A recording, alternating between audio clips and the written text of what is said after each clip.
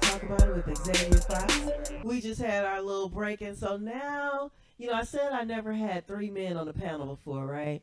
And so I can't let this opportunity pass and not ask them a couple questions too. Now, my questions come from the show I just did in Milwaukee on Friday night. And it was originally asked by a man. But since I'm on this other side, I'm going to ask these questions of the men. Now, this is a three-part question. So I'm going to need you to really hone in, one right? Part at a time. Yeah, this is a three. So first of all, his original question. So y'all know I do a show called Girl Talk, right? Girl Talk Plus One, right, where one man asks the four women on the panel all the questions, right? So this was his question that he asked of us.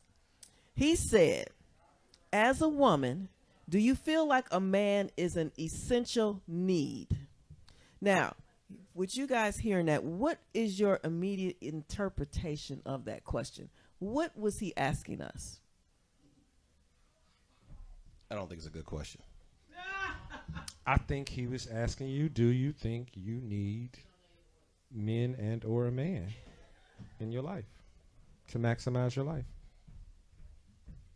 I agree with him. I think he was trying to gauge whether you feel a man is important, as an important aspect of your life. Like, okay, and so that's how we all. I think it's essential is the word that kind of throws it off to me.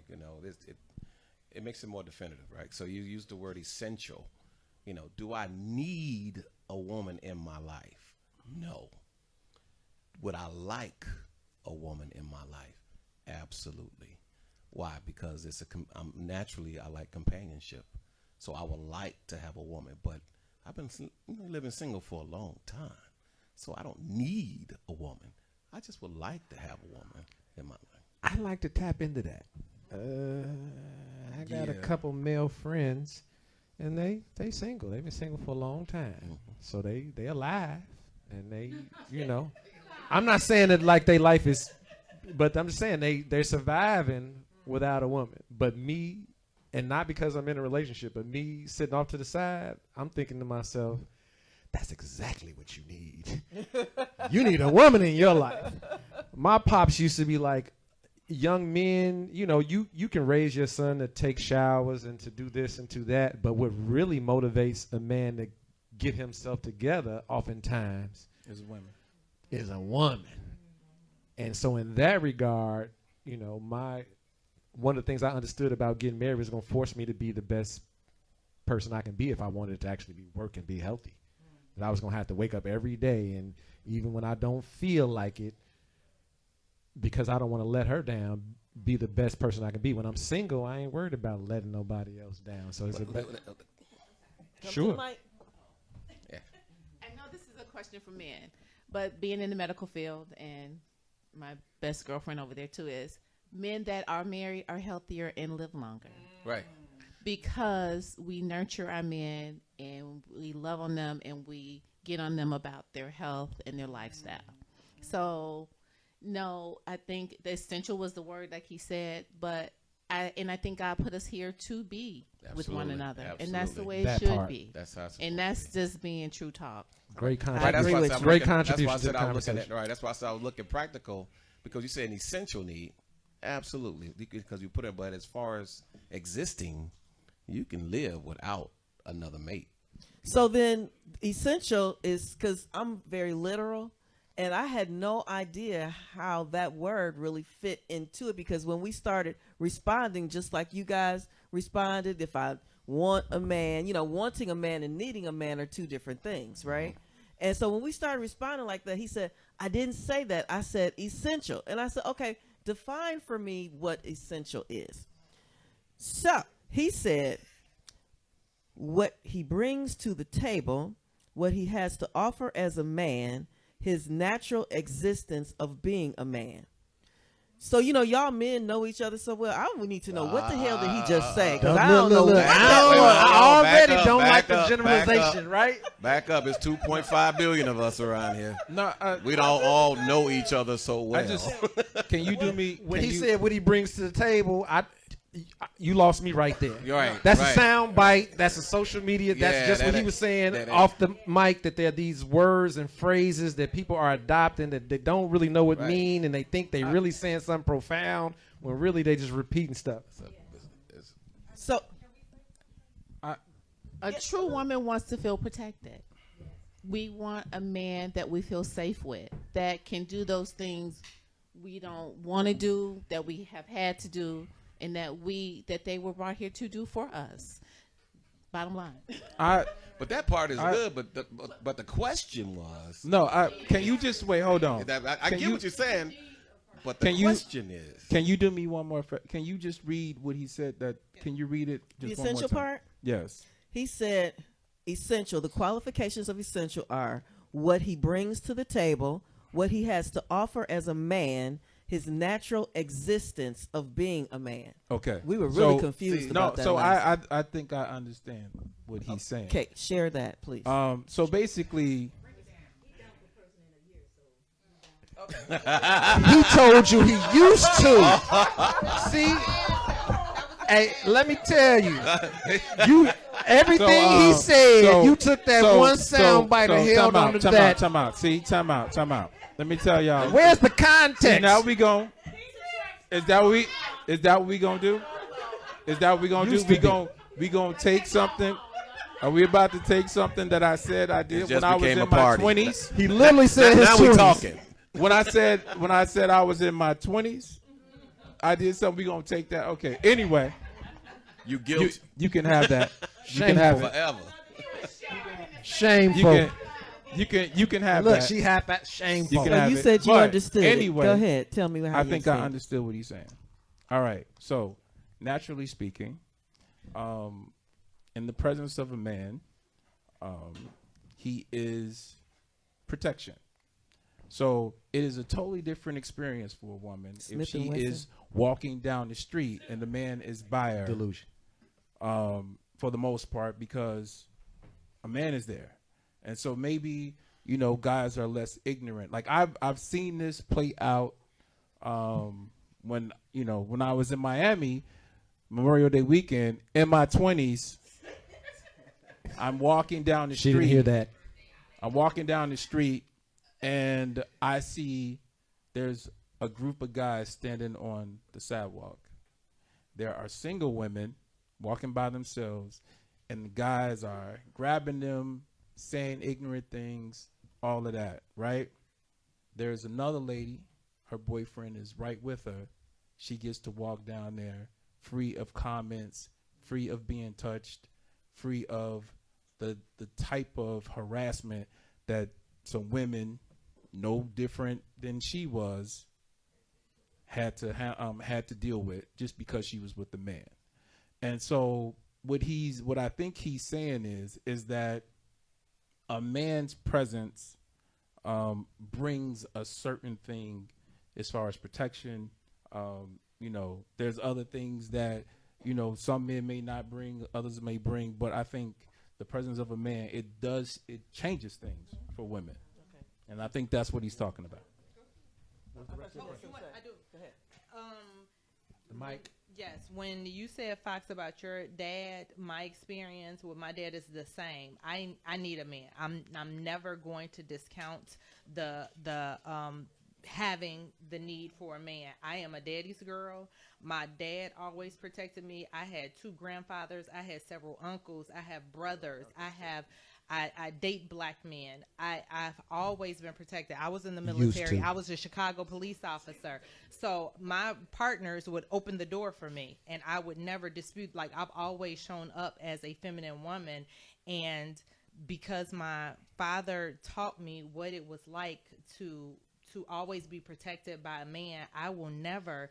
And Yatu and I have these conversations all the time before we even got together about black love and the dispute against men and women, and we don't understand it. We don't understand that we need each other. Like, so I will never, I'm raising a black man. I will never discount just like being covered by a man. Like I'm covered by God, you know, and covered by black men always. I've always been covered. So I don't have that experience, and I don't understand when women say and that's their experience, but it just does not resonate in me, and it does, like, I'm not programmed or wired that way. I'm always being protected by black men. So yeah, I don't understand the whole. So he threw us off when he threw in that essential need. They are essential. Because I don't well, feel like I can't even. you can get a gun. And, No, and you no, can ma'am. open your She own. the door. police. She I got was the multiple police guns, for but that don't. 24 years. Y'all Right, think so that's you automatically know being that you protected? can protect yourself. I can protect. Exactly. I don't want. I felt You don't want to, so that's a want. That's not a need. Because when My Yatu physical or whoever vibe- was not around, if you lay it, did you live by yourself before? You lived by yourself. If somebody came in your house, my father. if somebody was there, came in her house, and I she felt gonna protect unprotected. herself. And I felt like she gonna protect herself in this big my house. body physically felt like there was something wrong. Like I was not protected by a man. Even being by myself and living by myself when I was single, my father would check on me. So that does something to my nervous system. I cannot function. That's something that you want, though. That is No, not. You are not you're- gonna die if you don't have that. Is your father still alive? Yes. Okay, my dad is not still alive. So my dad used to protect me as well. I had that because I'm an only child, so it was just me and him. But I'm still alive. He's not here to check on me. He's not here to have those conversations with me. He's not here to protect me. My husband was killed. I still had to keep on with 2 kids. So there, in reality of going through losing those important men in your life, you understand. Because when my husband was killed, I didn't get to have a conversation with nobody about, well, don't take him now because me and the kids still need him. Right. He was gone. He was going to stay gone. He's still gone. It's been over 20 years now.